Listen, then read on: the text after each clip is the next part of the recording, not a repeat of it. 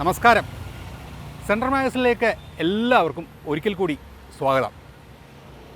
ഒരു കയ്യിൽ സ്റ്റെതസ്കോപ്പ്, മറു കയ്യിൽ ഉളിയുമായി കുഞ്ഞുങ്ങളെ ചികിത്സിക്കുന്ന വ്യത്യസ്തനായ ഒരു ഡോക്ടർ ആലപ്പുഴയിലുണ്ട്.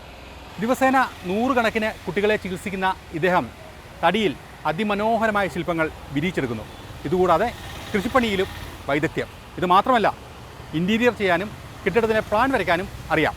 ആ ഡോക്ടറുടെ പേരാണ് doctor Sebastian Koilparambil, MBBS, MD, MRCP-CH. ഇത്രയും കാലം അദ്ദേഹം ക്രൈസ്തവ വിശ്വാസങ്ങളെ അടിസ്ഥാനമാക്കിയുള്ള മനോഹരമായ ശില്പങ്ങളാണ് കൊത്തിയെടുത്തത്. ഇനിയുള്ള അദ്ദേഹത്തിൻ്റെ ശ്രദ്ധ മഹാഭാരതത്തിലാണ്.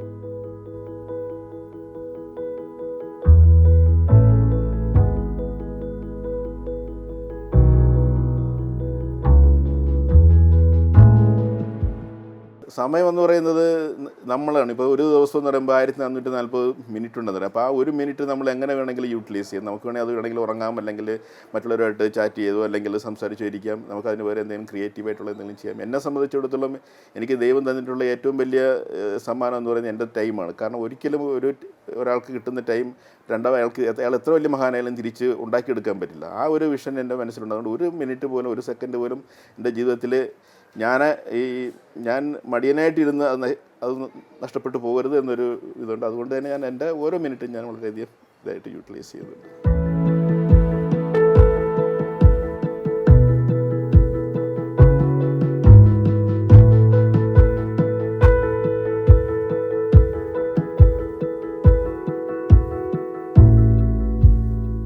സൃഷ്ടിയും സ്ഥിതിയും കുടികൊള്ളുന്ന ഒരാൾ, ആരോഗ്യപരമായ ശാരീരിക സ്വാസ്ഥ്യം നിലനിർത്തുന്ന ചികിത്സാ നൈപുണ്യമാകുന്ന സ്ഥിതി, അതിനൊപ്പം കലാപരമായ സൃഷ്ടിയുടെ വൈദഗ്ധ്യം ഉൾക്കൊണ്ട ഡോക്ടർ സെബാസ്റ്റ്യൻ കോയിൽപ്പറമ്പിൽ.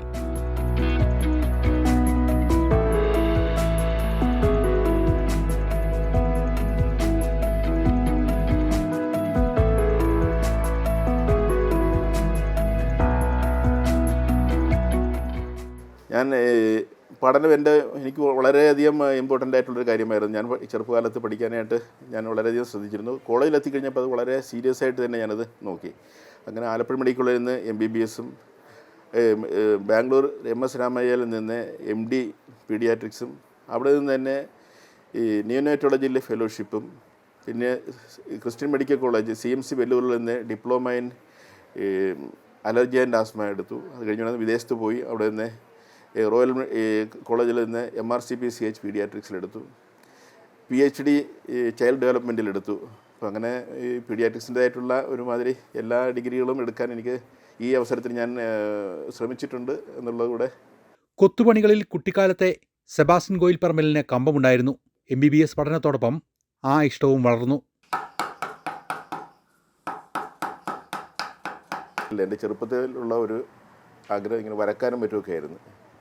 അതിലേതോ ഒരു സമയത്ത് അത് കൊത്തുപണിയിലേക്ക് മാറിയെന്നുള്ളതാണ്. കാരണം ഒരു പേനാക്കത്തി കൊണ്ടാണ് ഞാൻ ആദ്യം തുടങ്ങിയത്. അത് പിന്നെ സ്ക്രൂ ഡ്രൈവർ തേച്ചെടുത്തിട്ട് അത് ഉളിയാക്കി മാറ്റി അങ്ങനെ തുടങ്ങി. പിന്നെ അത് കൊള്ളാമെന്ന് തോന്നിയത് കൊണ്ട് അതങ്ങനെ കണ്ടിന്യൂ ചെയ്യണം ചെയ്തത്. അല്ലാതെ പ്രത്യേകിച്ചൊരു ട്രെയിനിങ്ങോ അങ്ങനെയൊന്നും എനിക്ക് കിട്ടിയിട്ടില്ല. ചെറുപ്പത്തിൽ ചിത്രരചനയിൽ താല്പര്യം കാണിച്ച ആ കുട്ടി വളർന്നു വലുതായപ്പോൾ രണ്ടാഗ്രഹങ്ങളും നേടിയെടുത്തു. വൈദ്യശാസ്ത്ര രംഗത്തെ നിരവധി ഈടുറ്റ ബിരുദങ്ങൾ, ഒപ്പം കലയോടുള്ള അടങ്ങാത്ത താല്പര്യത്തിൻ്റെ പ്രതിഫലനങ്ങളായി മനോഹര ശില്പങ്ങൾ.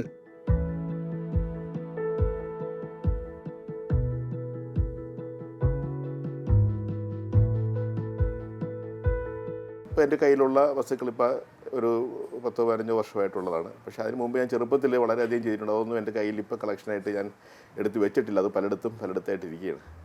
അപ്പോൾ ചെറുപ്പം മുതൽ തന്നെ ഞാനിങ്ങനെ ഓരോ കാര്യങ്ങൾ ചെയ്യാറുണ്ടായിരുന്നു. ജീവിതത്തിൻ്റെ സൗന്ദര്യം ചികിത്സയിൽ മാത്രമാക്കി ഒതുക്കി നിർത്താതെ ആ സർഗസൗന്ദര്യത്തിൻ്റെ വഴികൾ ശില്പങ്ങളായി ഇവിടെ വിരിയുന്നു.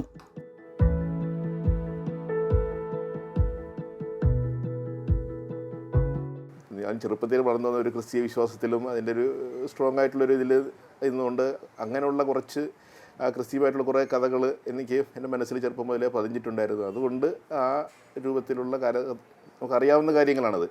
പിന്നെ അതുകൂടാതെ ഞാൻ ഒരുപാട് ഈ ഗ്രീക്കും അല്ലെങ്കിൽ പിന്നെ മിത്തോളജി എന്നുള്ള കുറേ അധികം വസ്തുക്കൾ ഞാൻ ഇതിനകത്ത് ചെയ്തിട്ടുണ്ട്. അത് പിന്നീട് വായിച്ചറിഞ്ഞതും മറ്റുമൊക്കെയാണ്. ഇപ്പോൾ ചെയ്യാൻ പോകുന്നത് ഇപ്പം പുരാണങ്ങളിൽ നിന്നുള്ള ഇതാണ്. അത് ഞാൻ ചെയ്തിട്ടില്ല, അതിനുള്ളൊരു പ്ലാനുണ്ട്. അപ്പോൾ അങ്ങനെ നമ്മുടെ അറിവിൻ്റെ വെച്ചിട്ടുള്ള ഇതാണ്.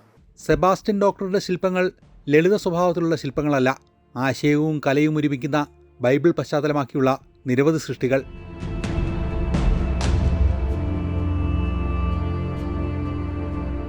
ജീസസിൻ്റെ ലൈഫ് വെച്ചിട്ട് ഞാൻ 2 പ്രധാനപ്പെട്ട ക്രിയേഷൻസ് ചെയ്തിട്ടുണ്ട്. ഒന്ന് രണ്ടും വലിയ ഇതാണ്, ഒരു 6x7 ഫീറ്റ്സ് വലിപ്പമുള്ള 2 ഇതാണ്.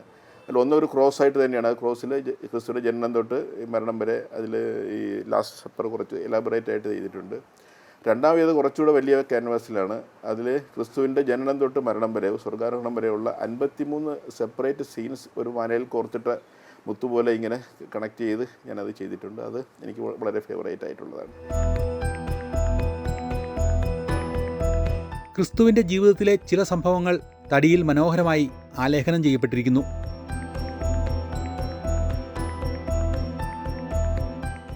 Agony of Jesus, agony of ഈ മദർ മേരി എന്നുള്ള, അതായത് ഗെത്സമേൻ തോട്ടത്തിൽ വെച്ച് ജീസസ് അനുഭവിച്ച ആ അഗണിയും മാതാവിനെ ക്രിസ്തുവിനെ കുരിശിൽ നിന്ന് ഇറക്കി ഈ മാതാവിൻ്റെ മടിയിൽ കിടത്തുമ്പോൾ മാതാവിനുണ്ടാകുന്ന അഗണി, അത് രണ്ടും ഒരു തടിയുടെ അപ്പുറവും ഇപ്പുറമായിട്ട് അത് ചെയ്തിട്ടുണ്ട്. സ്വർഗത്തെയും നരകത്തെയും സംബന്ധിച്ച വിവിധ തരത്തിലുള്ള കാഴ്ചപ്പാടുകൾ ശില്പങ്ങളായി മാറുന്നു. ഇപ്പം നരകത്തിൻ്റെ ഒരു ഇതാണ്. അത് ചിത്രജീവികളും ഒരുപാട് ഡെമൻസും ഈ പിശാചുക്കളും ഒക്കെ ഉണ്ടെന്നുള്ളതാണ് നമ്മൾ വിശ്വസിക്കുന്നത്. നമ്മൾ ആരും കണ്ടിട്ടില്ല.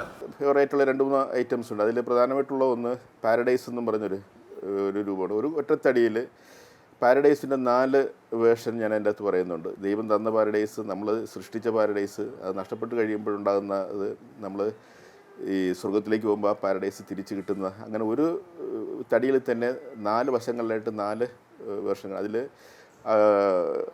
ദൈവം തന്ന പാരഡൈസ് എന്ന് പറയുമ്പോൾ പറുദീസയിലുള്ള ദൈവവും ആദവും പിശാചും വന്യമൃഗങ്ങളും എല്ലാം അതിൽ ചിത്രീകരിച്ചിട്ടുണ്ട്, അവിടുന്ന് പുറത്താക്കുന്നത്.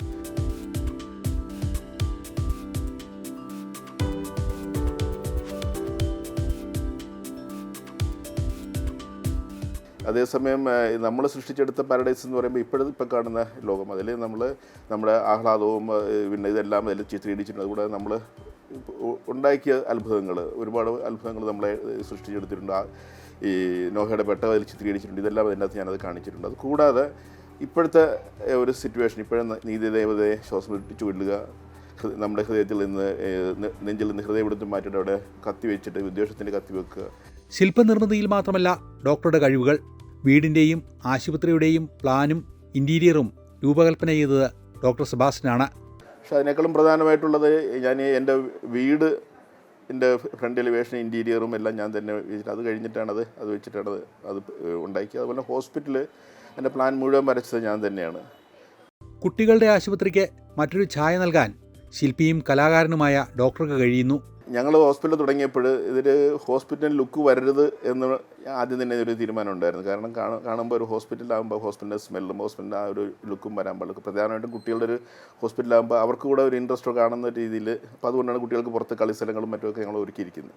അപ്പോൾ അതുകൂടാതെ ഞാൻ ഉണ്ടാക്കിയ സംഗതികൾ എനിക്ക് എവിടെയെങ്കിലും ഒന്ന് ഡിസ്പ്ലേ ചെയ്യണമല്ലോ. അപ്പോൾ അതങ്ങനെ വന്നപ്പോൾ സ്ഥലമില്ലാതെ വന്നപ്പോൾ ഇവിടെ തന്നെ അങ്ങ് ഡിസ്പ്ലേ ചെയ്തു. ഇപ്പോൾ ഹോസ്പിറ്റലിലുള്ള ഈ IP മുറികളിലെല്ലാം എൻ്റെ പെയിൻറ്റിങ്സ് ഉണ്ട്.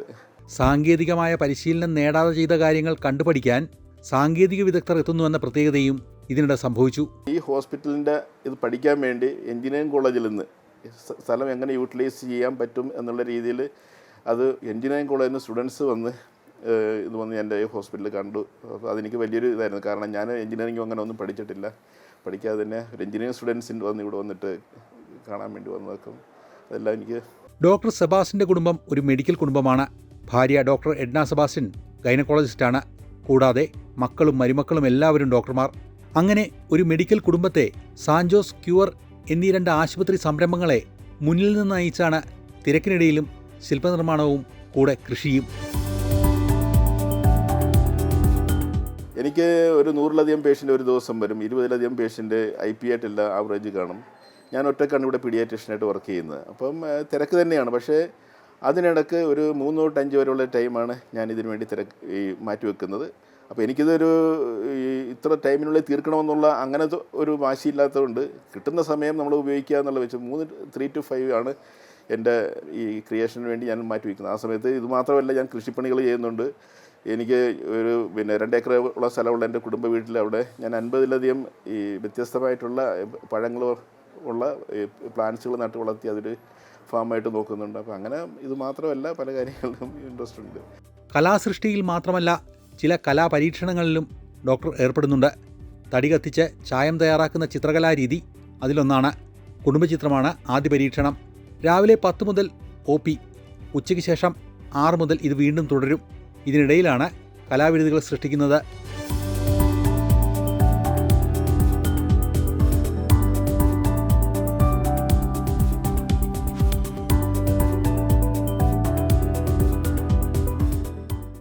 അപ്പോൾ അതുകൂടാതെയാണ് മറ്റേ ഈ പൈറോഗ്രാഫി പെയിൻറ്റുകളൊന്നും ഉപയോഗിക്കാതെ തടി കരിച്ചിട്ടുണ്ടാക്കുന്ന ഒരു തരം പെയിൻറ്റിങ് ഒരു സാങ്കേതിക വിദ്യയുണ്ട്. അതനുസരിച്ചിട്ടുള്ള കാര്യങ്ങൾ ഞാൻ ചെയ്യുന്നുണ്ട്. ഒന്നിനും സമയമില്ല എന്ന് പറയുന്നവർക്ക് ഡോക്ടർ സെബാസ്റ്റ്യൻ കോയിൽപ്പറമ്പിൽ ഒരു അത്ഭുതമാണ്. മനസ്സുവെച്ചാൽ എല്ലാത്തിനും സമയമുണ്ടാകുമെന്ന പ്രത്യക്ഷ ഉദാഹരണം.